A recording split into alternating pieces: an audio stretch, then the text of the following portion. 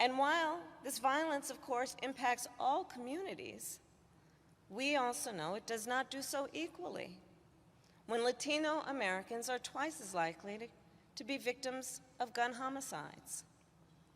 But again, instead of passing reasonable gun safety laws, these extremists suggest to West Virginia, then basically I always have said, okay, put your team together. They're will and pleasure. If they screw up and they're bad, you're going to be held accountable, and in 4 years the people can atone that.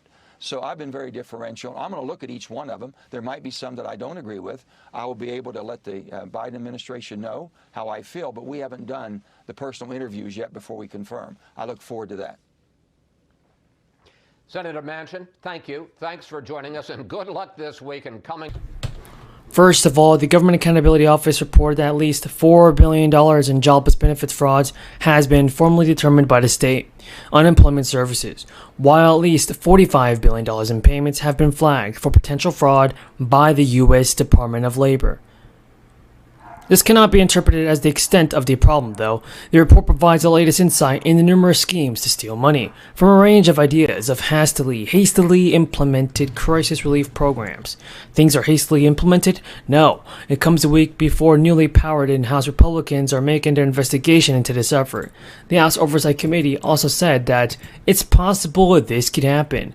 The committee, chaired by Representatives James Comer, sent letters to the Department of Labor and its Inspector General's office, as well as state labor departments in California, New York, and Pennsylvania. He said we owe it to Americans to identify how thousands of billions of dollars is going under the guise of crisis relief. They were lost, waste, money, fraud, mismanagement, a lot of things that are going crazy.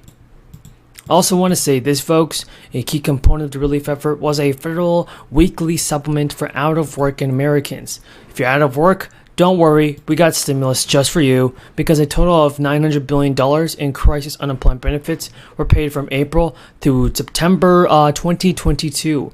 It's a lot of money just for you guys. Now, what I'm saying, folks, is that the department has yet to develop an anti-fraud strategy, and they addressed that the 6 recommendations from the Government Accountability Office, known as the GAO, because Government Accountability Office, added the unemployment insurance system, shutting down either for regular maintenance or following accidents. Now, a number of West Coast refineries that had been offline have returned to operations, and that has sparked a plunge in gas prices west of the Rocky Mountains, driving down the national average. And just last week, the average price in California has fallen 30 cents a gallon, and there's been a 25-cent drop in Oregon and a 20-cent dip in Washington and Nevada. All the refineries dealing with accident repairs won't be back online anytime soon. Those that have been closed for reschedule and maintenance are now near to resuming operations. According to the experts, that will likely lead to lower prices elsewhere in the nation.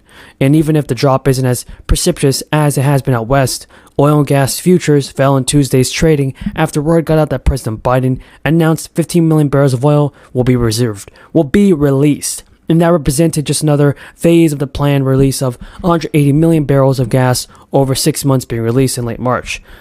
Oil analysts have also said the markets initially moved due to confusion over whether or not the oil was coming out of strategic reserves. So millions of inflation relief checks actually started going out to taxpayers in California. So the middle class tax refund, as it's called, can be as much as $1,000 depending on your income, residency and filing status, and household status as well. It's part of a $12 billion relief effort that Governor Gavin Newsom prioritizes getting dollars back into the pockets of Californians that are grappling with inflation. So I know many of you guys are wondering whether you qualify for this check. Well, currently about 23 million residents are eligible for the rebate plan, which has been up and set up in 3 tiers based on the gross income of your 2020 tax return. In addition to their income requirements, residents must have filed their 2020 tax return and refund by the middle of October and have lived in the state of California for at least half of the 2020 year. Individual filers earn more than $250,000, and couples who made more than $500,000 are not eligible for a payment.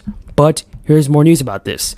With rent, food prices, and utility bills going up, families could use some extra cash. Inflation is stressing people's budgets big time, and according to the Washington Post, if you're struggling and didn't file a tax return this year, definitely be sure to check. Last week, the Alabama with stimulus payments. In addition to that, folks, with the economy and inflation, they're struggling, and so this could be a smaller manner of relief to them. He said that lawmakers are considering $500 million in total rebates. The amount sent back to the people would depend on how eligibility is defined, but he said they are looking at a minimum of $200 or even $250 for individuals and $400 or $500 for married couples who file joint returns. The Republican lawmaker said he also expects proposals for tax cuts, but he said it is important for the state to put a significant amount of money into reserves. The Associated Press reported in August that at least 15 states have approved one-time revenues for the surpluses. There have been disagreements among lawmakers on how to use the rare surplus. Fresh from issuing a $300 tax rebate to residents, the Hawaii governor's administration is considering another tax refund this year. But unlike the previous rebate, this one is for the middle class and low income. Even the state budget director said, "We're looking at all types of support and what we can do to the residents of the state, especially those that are within the middle and lower income, to provide them the kind of relief they need." According to state officials, the tax refund could total anywhere from $100 to $300 million. The latter is nearly the same amount approved by lawmakers last year. The refund proposal is part of the Green administration's tax relief plan. It will also include exemptions and credits for food and even vehicle registrations. The tax refunds are an outgrowth of the positive outlook for the Hawaii economy. And so while the U.S. economy is for people that are experiencing financial difficulties. So if you qualify for this extra stimulus check, be sure to watch this entire video because you definitely don't want to miss out on it. So the past round stimulus checks have been given to people, and more Americans are feeling the need for universal basic income. But many lawmakers in certain states and cities are getting used to this idea. Universal basic income is a set of recurring payments that individuals get from the government. These can be paid out every month, several times a year, or just once annually. Now, this is an idea that entrepreneur Andrew Yang, who recently left the Democratic Party, centered his 2020 presidential campaign around. Now, the good news is that states across the country are beginning to implement their own relief plans that include sending out state relief payments. For a while now, Alaska has been giving its citizens checks under the Alaska Permanent Fund. The fund, which has been around since 1982, was designed to provide state residents, citizens, with a portion of state oil revenues. The Sovereign Wealth Fund pays out annual dividends to eligible citizens. To qualify, you must be an Alaska resident for at least a year, and you're not eligible for this if you've been convicted. Last year's payment went out to 643,000 citizens in Alaska. That totaled around $1,200 per person. The highest payout occurred in 2008 when the payment was around $2,000.